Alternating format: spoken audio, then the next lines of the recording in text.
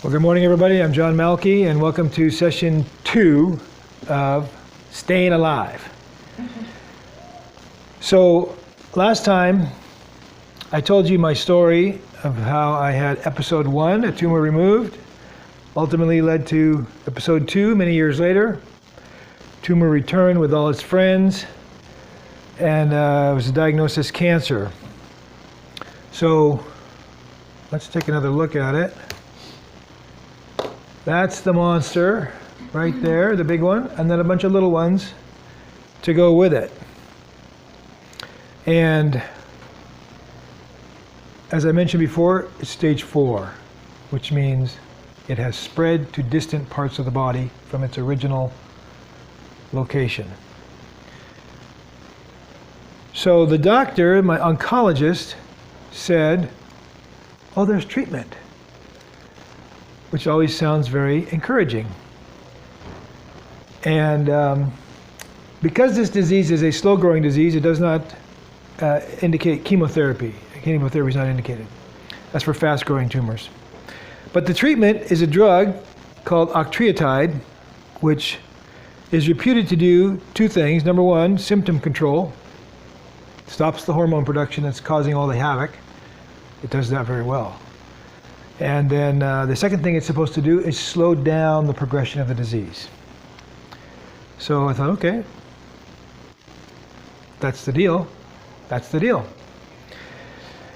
Now, if the prescription had been chemotherapy, today I would refuse it, based on what I know. But at the time, I don't know what I would have thought. I didn't really know any better. I may well have accepted it as the only alternative. I don't know. So I was fortunate in the sense that it wasn't applicable. I didn't have to make the choice yes or no for it. I didn't have it. Now, I suppose it's common for people who are diagnosed with cancer to say, "Why me?" Right? This cancer seems to strike rather randomly. I mean, sometimes you can do things to promote cancer, but it seems to strike rather randomly. But I never asked that question. Why? First of all, just out of principle, just knowing that God doesn't owe me any favors. Things happen. They do, right? Happens to other people, could happen to me, could happen to you. Things happen. But then ultimately I came to think, why not me? Why am I any different? And now I say that knowing why. I do know why. I don't ask why because I know why. Because the way I was living with my diet and lifestyle, those factors promote cancer. And if you do the things that promote cancer, you should not be shocked that you get cancer. That's just how it works. I know what promotes cancer and a host of other diseases I will now never get because I know how to prevent them. I will never get heart disease. I will never get diabetes. I will never get Alzheimer's because I know how to prevent them. And you're going to know too. You already do. So don't ask why me, because disease is not random. Ask why. Just why, period, in order to find the reason. Because there's a reason. There's always a reason. Nothing is really random. There's a reason. Maybe you don't find the reason, but maybe you do. And the usual reason is it's your diet and your lifestyle. It's as simple as that. So now you know you can change it. To ask the question why and to answer, well, I know why, and now you have the power to change it. So, up until this point that I realized that I was doing things to harm myself, I thought I was quite conscientious about my diet and lifestyle. I thought I was rather healthy. Come to find out, I wasn't. I also thought I was rather conscientious about medical treatment because I'd been through episode 1, where I had to do everything the right way after it had been done the wrong way, and I learned how to push the process. So when this diagnosis, or when this treatment option came for this particular drug, I I kind of accepted it rather readily, which in hindsight, I think to myself, that's not really the way I should do it. So be so quick. And in fact, when you get a cancer diagnosis, it's always seemingly urgent to get treatment. Doctors say, oh, we got to catch it as early as possible. Let's not start tomorrow, let's start today. Get down there for the chemotherapy right now, as if every minute counts. When in reality, even when cancer moves pretty fast, you don't need to start treatment tomorrow, today. You have time to think about it, to research it. A couple of days, maybe a couple of weeks, 30 days to think about it. It's probably not going to make a difference in the big scheme of things. The rush, there's always a rush to treat without enough explanation. That's because that's what the paradigm dictates. That's all they have is their treatment bundle, and they want to help you, and they're in a hurry to help you, when in fact there may not really be a hurry. So slow down, think about it, research it. But in the meantime, I made the appointment, got the drug, and it does work in terms of shutting down the symptoms as a hormone blocker. It blocks all hormones throughout the body. It's rather indiscriminate. It's a synthetic analog of a natural hormone, a hormone blocking hormone. And that's why it works so well. So I'm off and running, I'm under treatment, I'm feeling okay, and I'm starting to think about things. And I remembered a guy, a friend of mine, who had cancer, and he treated it with a method that was a hybrid of chemotherapy and natural diet type healing. And he read about it in a book from a famous author, and he put it into practice, and he opted for the highest dose of chemotherapy the human body can tolerate. He told me that he'd go into the hospital for an infusion, he'd be there all day, while other patients are coming in and out 1 hour at a time. He's there all day getting a huge dose. And then it would wipe him out for days, a week or two. And then he'd crawl back to life and then, do his thing again. So that was the medical side. And then on the natural side, he was into the vegetarian diet and into a lot of exercise to boost the immune system. When he was first diagnosed with lung cancer, the prognosis was 6 months to live. But on his regimen, he lived 9 years, which was very impressive. And I remembered that. So I thought, I should buy that book that he told me about. So I bought it. I'm not going to tell you the name of it because I didn't read it. And the reason I didn't read it is because immediately after I got it, my wife came home with another book. This one. It's called Chris Beat Cancer by Chris Wark, W-A-R-K. And I thought, wow, that's an intriguing title. And the reason she had it in her hands is because the person who gave it to her, an acquaintance at work, who doesn't really know me or didn't have read the book, thought, oh, that's an intriguing title, saw it in the bookstore. And it's got an intriguing story about this guy that, without any medical treatment, well, he had surgery to remove colon cancer, but the doctor told him, you better get on chemotherapy because otherwise it's going to come back, So he refused it, thinking, that seems very toxic. Started researching natural therapies, and it's been like 20 years almost since then, cancer-free. So I immediately, the same day I got it, I started reading it. And I got halfway through it the first night because it was so captivating.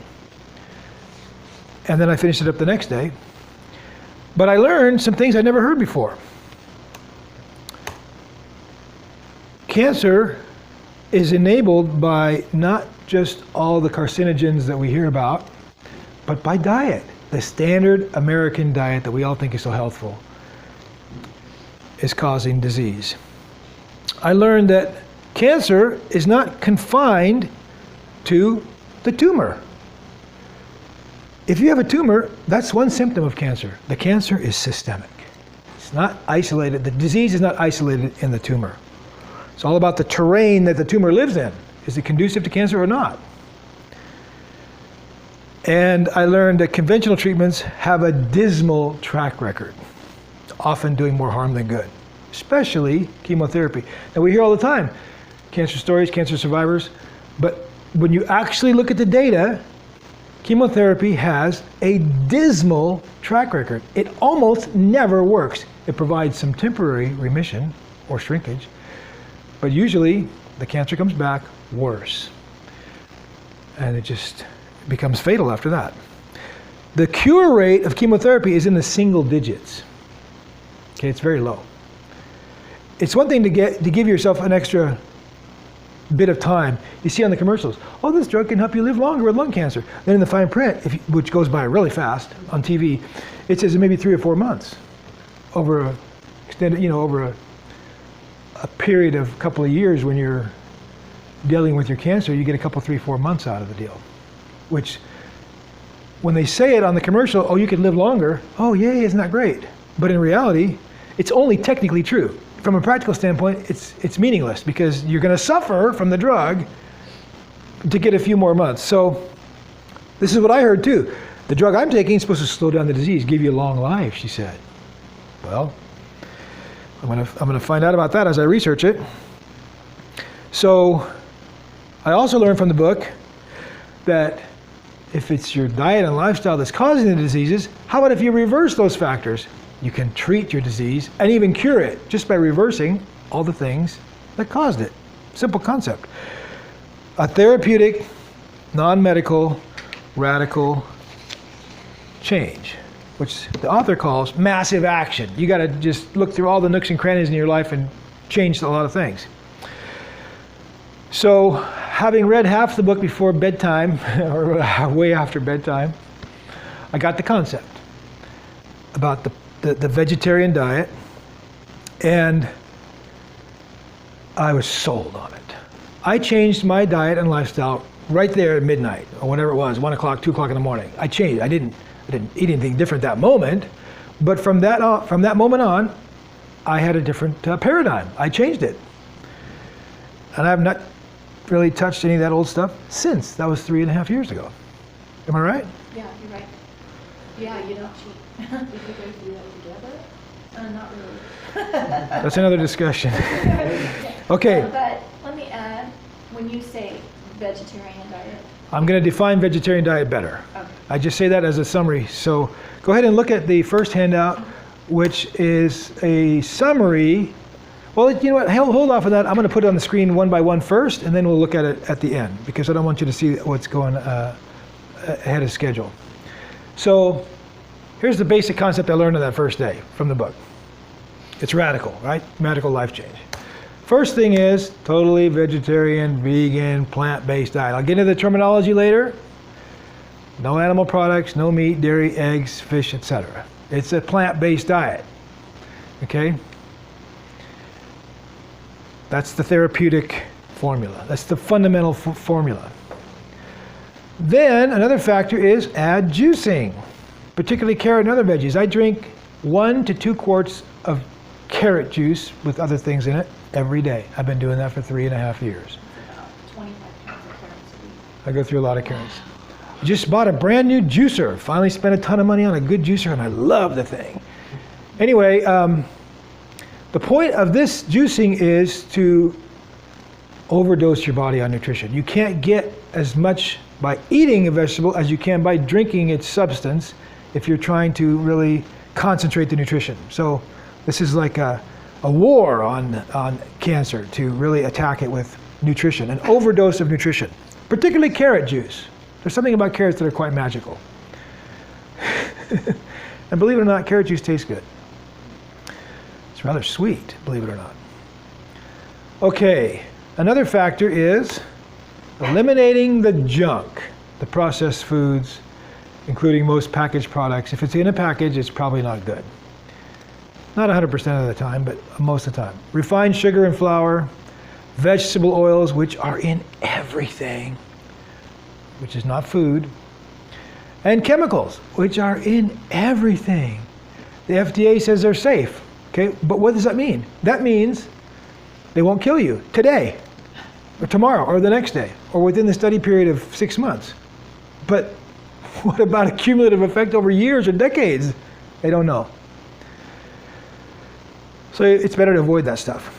Next, eliminate chemicals and toxins in personal products and environment.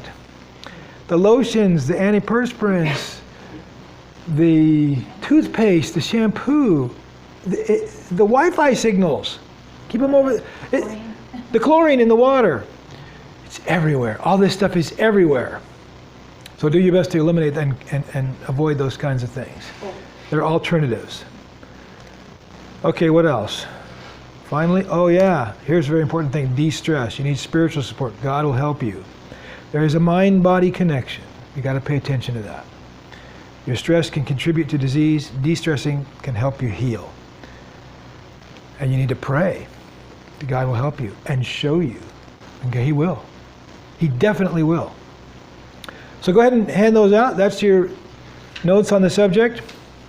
That's the basic formula. Speaking of spiritual support, Proverbs 18:14 says, "The spirit of a man will sustain him in sickness." How about that?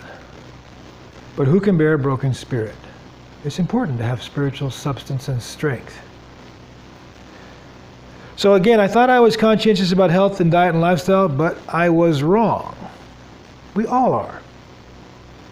We know what we've been taught.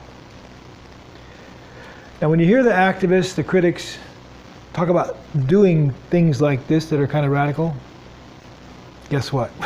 They're right. All those freaks out there that are complaining so hard, turns out they are correct in their criticism.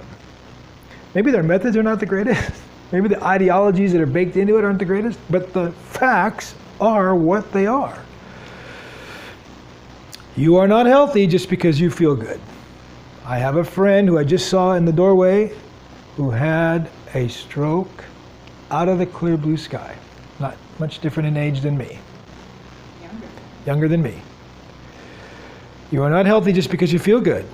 Your body has a high tolerance for trouble before it actually signals you that there's something wrong. It can be a lot wrong and you never know about it. I think that during the time between episode 1 and episode 2, almost 20 years, well, in the symptom-free period was about 10 years, there was things happening. It was going on. I didn't know it. In fact, you have cardiovascular disease. Everybody has cardiovascular disease. It starts in adolescence. It starts whenever you eat a lot of oil and fat. It takes a long time to build up plaque in the arteries until they finally close up, and then you have a crisis, a stroke, a heart attack, an aneurysm. And now it's a life-threatening crisis. Sometimes the first symptom of cardiovascular disease is the last. It's because it's a gradual process. And people who die from other causes in old age, they have autopsies, they have cardiovascular disease, they have tumors. Didn't catch up to them, but they're happening. Now, cardiovascular disease is reversible by changing the factors that do it. We'll talk about that more. So before you reach that threshold where the symptoms really start to explode or your body signals you and all seems normal, it's not normal. There are things happening. Then you cross that threshold, the crisis emerges. Now the crisis will come. Well, maybe you outlive the crisis, or maybe you don't. Now when it comes to cancer, 40% of people are diagnosed with cancer sometime in their life. 40%. Men more than women. I say 40 as an average. Women, a third of women will be diagnosed with cancer. For men, 1/2 of men, of all men, will be diagnosed with cancer. That's a lot. And those numbers are high in the modern day. 100 years ago, it wasn't like that. Why? Our diet and lifestyle has adapted over the years to become what it is today, and it's not healthy. So it's coming out in the data that this is not healthy. Now, I'm not saying that you should make such a radical change. Wouldn't do you any harm to do so. Might save your life. But I want you to make whatever change you're comfortable making. I don't want to scare you away with a radical prognosis or a radical therapy if you're not going to do it. But you will benefit to whatever degree you do it. And the more you do it, the more benefit. The more you want the benefit, the more you get closer to the stricter standard. I'm at the strictest possible standard because I have a disease that will kill me otherwise. So I have to be very therapeutic in my approach. Same with this author of this book. He took this action because he thought it's the only way to save my life. It's the difference between being therapeutic in a crisis and being preventive. Yeah. And being preventive can be a little less stringent. Preventive can be less stringent, right? If you want to take a little risk. If you don't want to take any risk, even if you don't have any issues, go strict. But we're going to talk about making decisions as we go along in the course. But that's the basic concept. The more you do it, the better off you will be. Now, any change you make should be significant enough by comparison to make a difference. Because if you really want it to work its magic, you need to put it to work in a big way. What you don't change should be more the exception than the rule. The majority of what you change, and you should change the majority. Change the majority to of be things. effective. That's right. And kind of thinking of it as how much poison is okay. You know what I mean? Like how much arsenic is okay. Yeah. In Minnesota speak, you know what I mean? Yeah. That idea of, well, how much poison am I willing to take to risk? Yeah. And as you learn more about it, and as you try it and you adapt, it gets easier. And as you start seeing benefits, you get more convinced that it's a good idea. Well, how much weight did you lose? I'll get there. Yeah, it's on the checklist. So it should look somewhat radical by comparison to what you did before, even if it's not ultimately very radical. If you really want it to work, it's magic. So the question is, you have new information, you're receiving this new information, this revolutionary information. What do you do with it? Do you make a change or do you just blow it off? All right, now. Can I have one more thing? Yes. We're talking specifically about cancer because of your situation. But, Yes. It's opened this whole other world where this author has a blog, and so through interviewing different people and research that John's done, watching him and others, it covers a wide variety of diseases. Amazing amount of diseases. You can heal from a lot of things. I'm going to give you a list in a minute. Okay, we're going to get there. Okay, so I mentioned a minute ago, what do you do with the revolutionary information? The life-saving information. This is different than what you thought. I didn't realize this. It's very new and different. And I have to decide now, what am I going to do with it? Well, let me give you a story. This is from Mark chapter 10, verse 17. It says, "Now as he, Jesus, was going out on the road, one came running, knelt before him, and asked him, 'Good teacher, what shall I do that I may inherit eternal life?'" Now, who doesn't want that? Come on. He knew what he wanted. He knew it was a good thing to have. Jesus said to him, "Why do you call me good? No one is good but one, that is God. You know the commandments. Do not commit adultery. Do not murder. Do not steal. Do not bear false witness. Do not defraud. Honor your father and mother." So forth and so on, right? And he answered and said to him, "Teacher, all these I have observed from my youth." I was the same way. I did what the normal healthy thing was supposed to be, right? I followed the plan. Jesus, looking at him, loved him and said to him something drastic because he loved him. He said, "One thing you lack. Oh, one more thing, one key thing, beyond all that noise you just mentioned. Go your way, sell whatever you have, and give to the poor, and you will have treasure in heaven. And come, take up the cross, and follow me." Cross is something you die on. That's what happened to Jesus, right? He died on the cross. "Follow me." But he was sad. The guy was sad at this word. And he went away grieved, for he had great possessions. He didn't want to change. He wanted to do the things that were within the normal way of doing things, but he didn't want to do that one further step of radical change. It was too different. It was too difficult. He didn't want to surrender to the new reality or truth that was new to him that he just heard. And we need to be open to changing to the new reality, the new truth we've just heard, no matter how stark it is in contrast with our existing pattern or preference. That's what the guy faced. It's different than my normal pattern and preference. My preference is to do things the way I do them, and I'm rich and I enjoy it. I'm not giving that up. I'm not going to do something that different. But the problem is, if you argue with God, you will lose. If you argue with reality or facts, you will lose. Sorry for the redundancy about God and facts being both an argument you'll lose. When you collide with reality, don't fight it. Don't avoid it. Accept it. Not being sluggish to do the right thing is a positive character trait. Being sluggish to do the right thing is a negative character trait. It's not just about the information you've learned, it's about the character that you have. And what do you want to be? Do you care or not about doing what's best for yourself? For yourself. Now, I think back to the day, many, many years ago, 40 plus years ago, when I first got saved. Didn't know God very well, even though I was going to church. But somebody came to me, I think the guy's name was Steve, I think.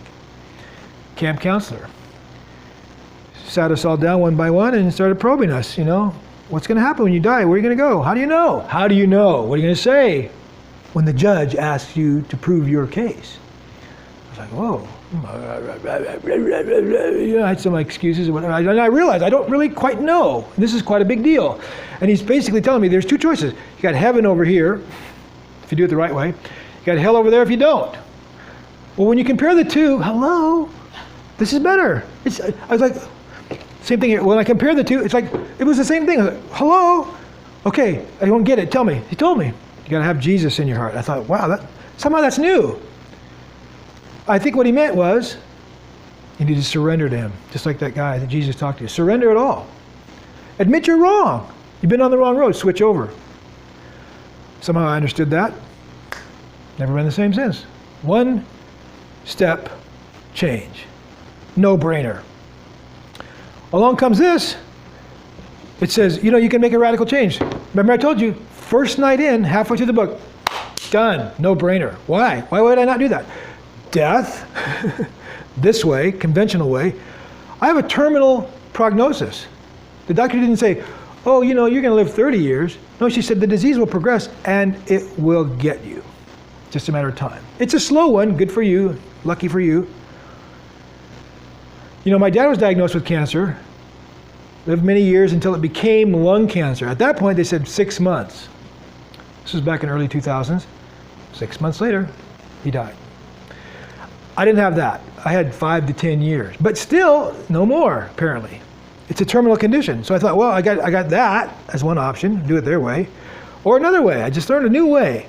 Why wouldn't I do that? Why wouldn't I do that? It's a no-brainer. Okay, so there we are. What kind of person do you want to be? I didn't say what kind of person are you. Doesn't matter what you are. I'm asking you what you want to be next. That's where you go from here, is next. What kind of person do you want to be who, upon discovery of a new and essential fact or principle, do you get put off by how different it is from what you're accustomed to? Are you skeptical just because it's different or uncommon? I'm the only person I know who does this among all my people that I know personally. Well, there's another person I know, as a matter of fact, but it's very rare. Do you have too much respect for experts? Early in the game, as I'm telling people, this is what I'm doing, no medical treatment, one friend of mine told me, oh, I think you should do what your doctor tells you. I would do what the doctor says. This is after I'd already made the decision to do the opposite of what the doctor said. Now, I'm not going to argue with him, but I'm thinking to myself, this is the reality that we're all living in. Doctors know best. Well, sometimes they do, and it depends on the subject matter, but when it comes to these kinds of things, disease related to diet, they don't seem to know the reality. Well, they aren't. It's not part of the training. We'll get to that. It's not part of their training. They're doing their best. They're giving you what they have. But what they have is not enough. It just ignores a bigger world out there.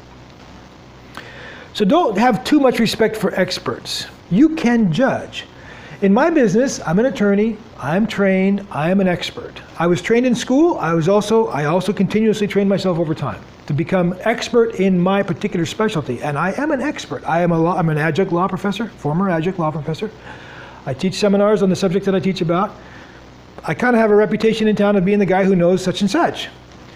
And what I know, I know. I don't know what I don't know. You ask me about things outside my specialty, I don't know very much. But I know what I know because I know it. I've researched it, I've worked it, I've experience with it. I've put effort into learning it.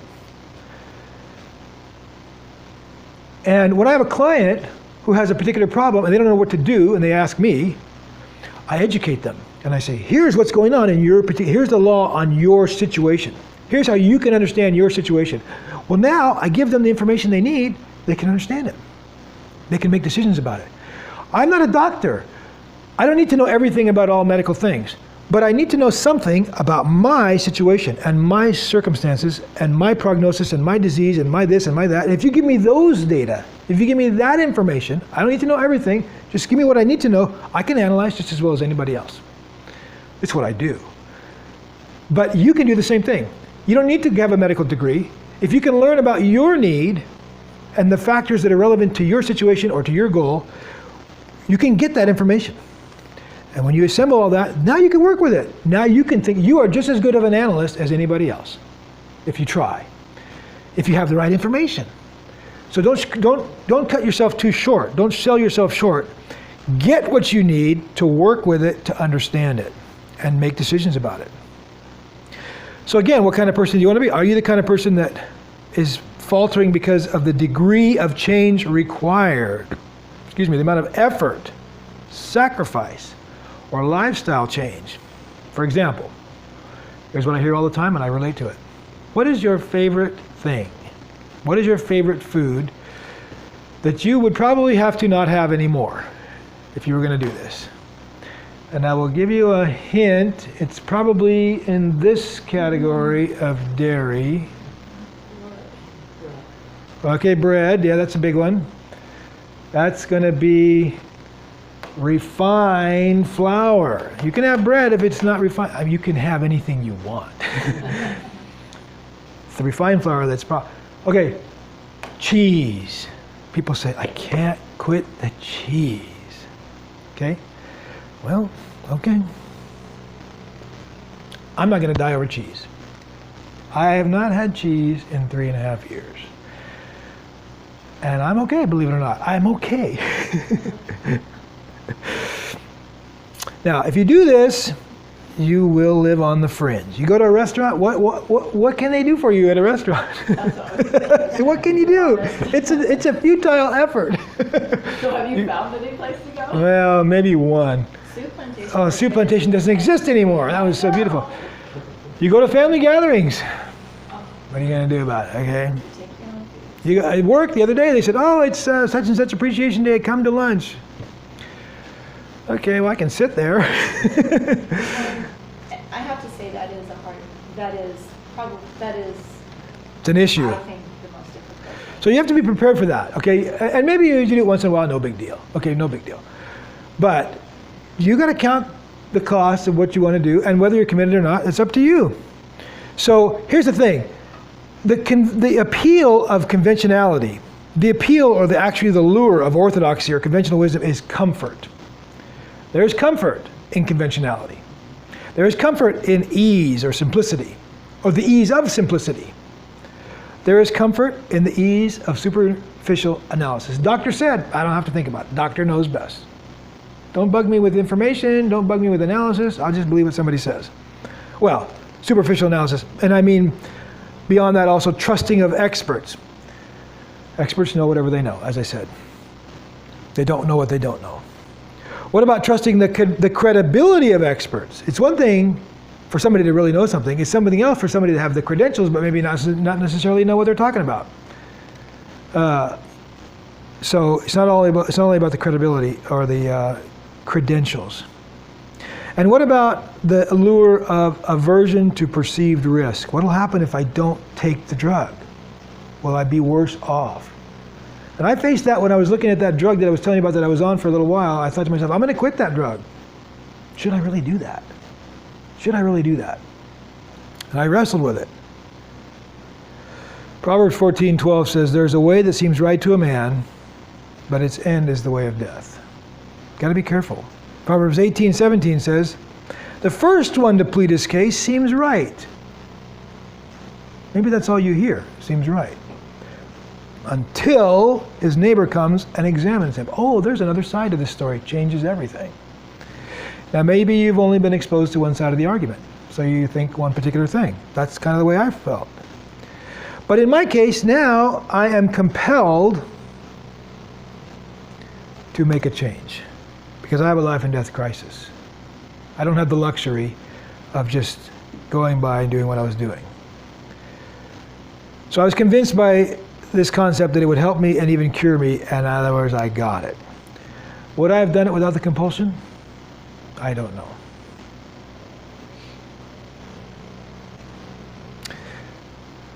But I will say, having made the choice, I don't struggle. I used to look at a donut and think, better not touch that. It's not good for me. I'd have a little struggle. Back in the old days, I knew it was bad for me. It's too much sugar, whatever. Today, I don't look at it that way. I look at the donut and I go, oh, poison, stay away. I have no temptation whatsoever. That'll kill me. It's not just bad for me. Oh, that'll kill me. I've never looked back. I see the hook in the bait. I see the hook in the bait. The Bible says it this way, surely in vain the net is spread in the sight of any bird. You set the trap in plain sight, it's not going to do you any good. I see the trap in plain sight, doesn't tempt me. That was Proverbs 1:17. People ask me if I can't eat this or I can't eat that. I can eat anything I want. I have no limitations of what I can do. I just don't want anything I don't need. I don't want it. I don't want anything that will set me back or won't help me. The Bible says it this way, all things are lawful for me, but not all things are helpful. All things are lawful for me, but not all things edify. That's 1 Corinthians 10:23. Now these are spiritual principles, but they cross over to all things in life. And when the danger is imminent, the death is imminent, it's much more motivating than when it's, Yeah, so the imminent crisis is motivating. But let my crisis motivate you.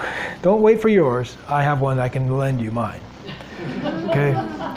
When I have seen the difference that has been made in my life as a result of these changes, why would I go back? Why would I undo that? So, I've lost interest in all those things. I can enjoy cheese by memory. I remember it. And when you're done with the cheese, 5 minutes later, what are you doing? You're enjoying it by memory, just like I am. No different. Your taste buds change. Your tastes do change. But speaking of remembering things and enjoying them by memory, I remember that one time I was in Mazatlan, Mexico in 1991. I had carne asada and salsa and corn tortillas. It was, I still think about it to this day, but I enjoy it by memory. I don't need it. I have it. So I started to get skeptical about this drug, and I began to contemplate quitting it. I did the research. I conferred with my oncologist over and over about it, and I did my research, and I discovered it's not everything it's cracked up to be. It's just not. And I had alternative symptom control methods with my over-the-counter drugs that are much less hazardous. So I thought, you know what? I don't need that drug. So I quit it. I had it for 3 months. I quit it. I went to my oncologist and I said, what do you think about diet? Do you think it's helpful in treating the cancer? She said, we can all do better with a better diet, right? Everybody knows that. A complete disconnect between diet and health in their mind. Incredible. Yet it's the most relevant issue. It's the most relevant issue. Okay, so diet causes or cures the following things. Cancer. Well, when I say cause, the cause of cancer is not quite clear, but the enablement of it is very clear. Don't believe that cancer is a genetic mutation. Maybe there's something like that involved. Certainly there's some factor there. But you didn't get cancer because of your family history. You got cancer because of, you got your diet because of your family history. And that's what contributed to your cancer. There are some, like the BRCA gene. We're not worried about the minority of cases. We're worried about the majority of cases. Well, my point too, though, is if you have a it's even more reason to be proactive. That's right. It's a reason to be proactive. It's not a reason to worry, but it's a reason to be proactive.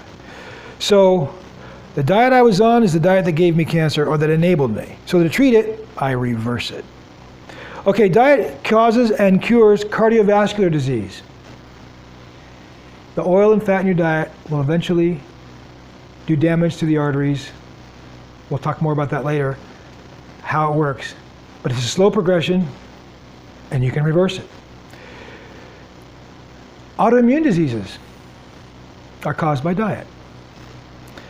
Rheumatoid arthritis, multiple sclerosis, lupus, celiac, eczema, psoriasis, Crohn's disease, Hashimoto's thyroiditis, all these autoimmune diseases, they're caused by diet, believe it or not. Hypertension, type 2 diabetes. Oh, type 2 diabetes is curable. 60 days on this diet, you're done. Well, and can I just We don't have time. Okay, sorry, we don't have time.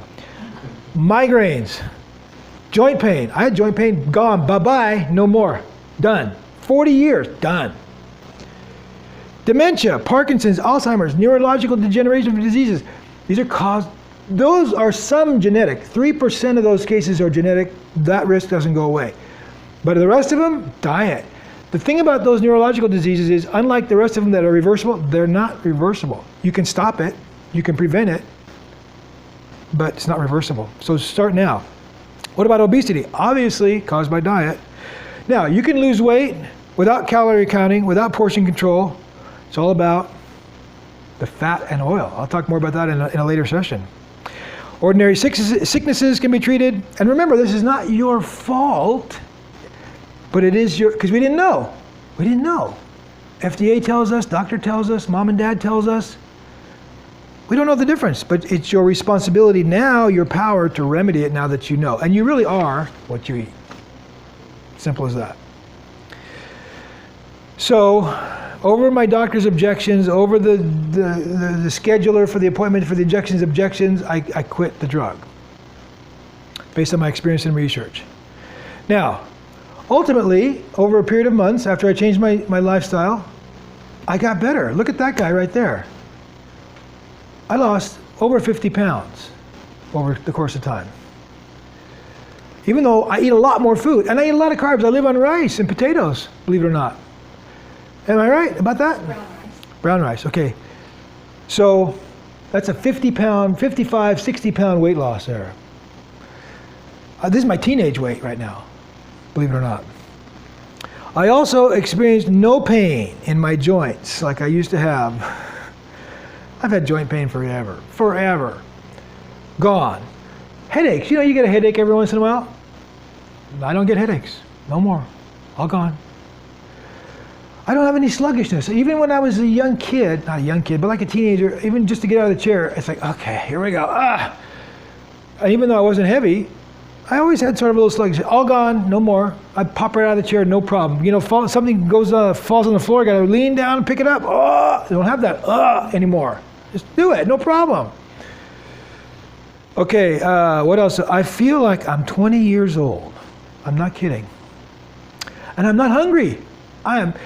In between meals you get a little hungry, right? Before the next meal you get hungry. Sometimes you go, oh man, I'm so hungry. I don't have so hungry anymore. I get hungry when I need it. I do not get famished. I don't know what it is, but I just feel rather even most of the time. Okay, constipation is impossible on this diet. Bye-bye, thing of the past. Don't worry about that. I had some scaly skin on my fingers here. Since I was a teenager, I had some blisters over here. I didn't know what it was. It just was there all the time. Gone, just disappeared. I don't know what that's all about, but it means something's happening, something's healing. This is a symptom of something bigger. I don't know what's going on inside. I can see something's going on outside. I don't know what's going on inside. I sleep better. I seem to even need a little less sleep. I just pop out of bed. My vision is better. I wear glasses when I need them, which is not very often, but I actually had to go to the doctor and say, this prescription you gave me is too strong. I need to cut it back. My teeth are better. They're whiter, and my dental hygiene is better. My hygienist, she says, wow, you're doing great. I never heard that from my dental hygienist in my life. It's just better everywhere. Oh, and one more thing. cancer is regressing. Believe it or not, the cancer is regressing. Watch this. Okay, this is the big tumor.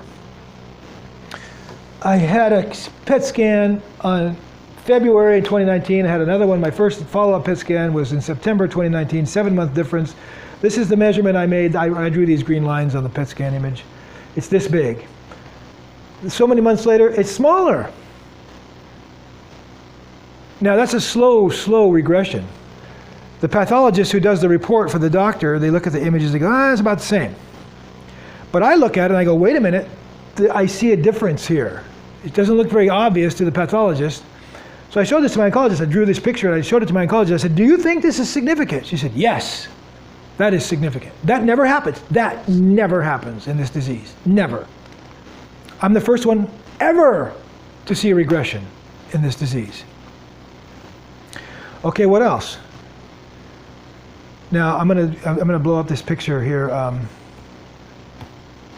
so we can see it better. But generally speaking, the left side image in each case is that first PET scan, and the right side image is my most recent one, which is 2.5 years later, June of 2021. The red spots are the tumors that appear on the scan, and I'm comparing the same spot in each case, and you can see there's red spots here, and there's fewer here, or almost gone in every single case. And I'm gonna get a little bit closer here, and let's see.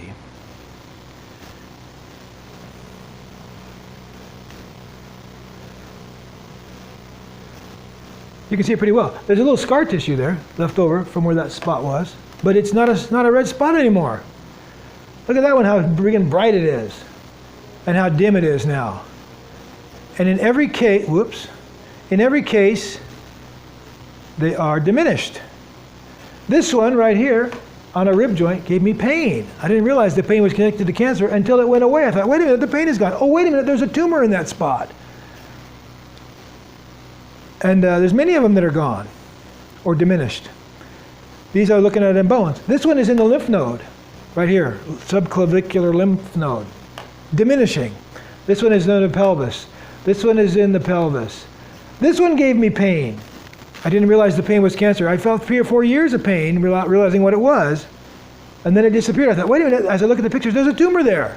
Gone, or almost gone. So they're disappearing. And what else? Liver. The whole liver kind of lights up under the scan, but the bright spots are the tumors. Gone. Now I counted 11 tumors in the liver. These are focused on 2. There's probably others that are still there. But the point is, I started out with 36 tumors. Today, well, as of this June 2021, I counted 18. Half of them are gone. Those smaller tumors are diminishing at a faster and more reliable pace than the big one. The big one stopped shrinking after the first year. It stayed static, which is still good because they never stop. They always grow, except in my case, it stopped. Now, as I mentioned in the episode 1 story, well, all kinds of glitches with what I was dealing with the doctors. The same thing happened in this episode 2. There's been glitches along the way. I don't have time to go through them all, but they are glitches. I had to fight through them. But after I got this progress, my oncologist, she's not completely on board, except that she knows it's working for me, so she encourages me. She says, my prescription for you is to keep doing whatever you're doing. And finally, she reached a point where, after having had so many questions and had so much analysis, and she come to realize that she thinks I know what I'm doing, she said to me, you know what, I'm not really your doctor anymore. I'm your coach. You are in charge of your own care. I didn't ask her to say that. She said that on her own initiative. So, off the top of my head, I can now think of about 7 people whom I know personally, friends, who've been diagnosed with cancer about the same time as me or since. All of them know my story, because I told them. And they've heard my advice about natural methods, because I told them. And I've sent them to my website, icuredcancer.com. I created that website to be an easy reference for people that I want to give advice to, or they can check it out on their own. And these videos are on that website. Now, all these 7 people thanked me for my advice. But none of them adopted it. So far, none of them. They all followed conventional treatments. Of those 7, today 4 of them are dead. Consistent with their conventional prognosis. They died on schedule. Now, just yesterday was the funeral of the 4th friend. Just yesterday. I talked to him about 2-3 months ago. I said, dude, come on. I didn't talk to him. I Facebooked him. I said, dude, come on. Thank you. Okay. Meanwhile, I'm improving. Now, will my trend continue, or will my cancer suddenly turn aggressive? Like so many other people's experience, going into remission only to rebound back into an acute case and a fatal case. The difference is they are rebounding from medical treatment. I'm not utilizing any medical treatment. My improvement is not just artificial suppression of tumors, oblivious to the causes of cancer. Mine is a real systemic healing, and that's the difference. So, let's get specific. Starting with one of the first things on the list, the animal foods thing, and this is where we're going to kind of be our last topic this today.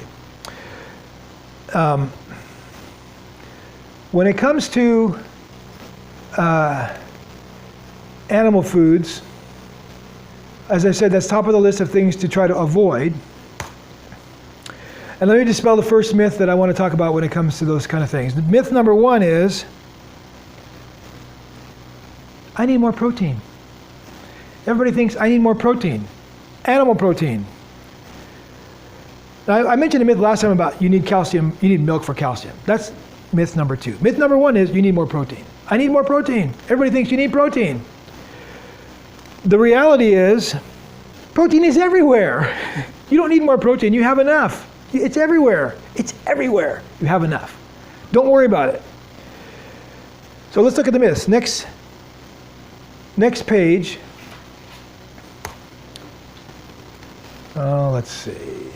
The myths.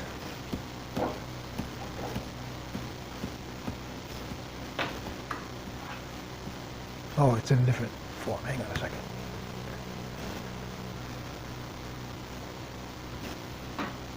There we go. I need more protein, number 1. Protein deficiency does not exist. You are fine when it comes to protein.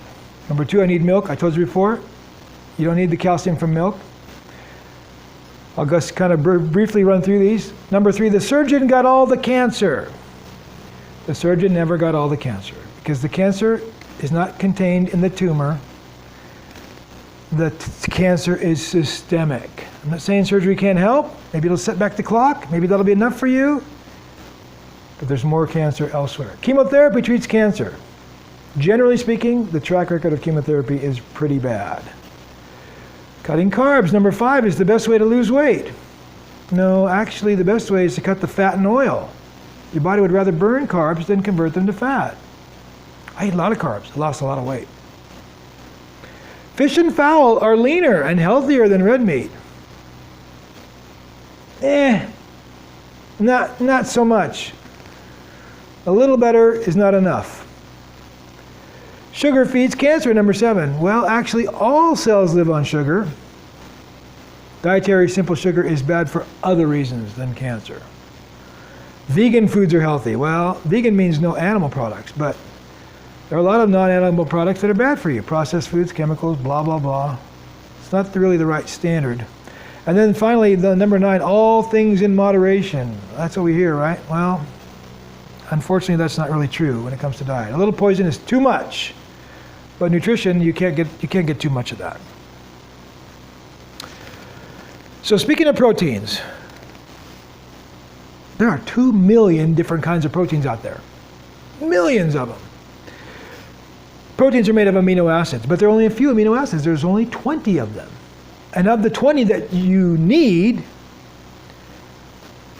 11 of them your body manufactures from scratch. You don't even need them from your diet. Well, you need something from your diet, but you don't need amino acids from your diet for 11 of those 20. But for the 9 remaining, those are what we call essential amino acids. You need them from your diet. But they're abundant. They're everywhere. Don't worry about it. They're everywhere.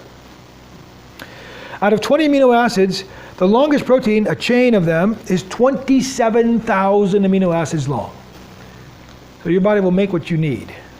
You don't need to worry about the protein in animal products because the proteins and fats in animal products are not optimal human food. You can live on them. To some degree, a little bit is okay, but they're not optimal human food. So next time we're going to talk about why they're not optimal human food. And we're going to get more specific in terms of the factors in these diets. Okay, so that's our session for today. Thanks.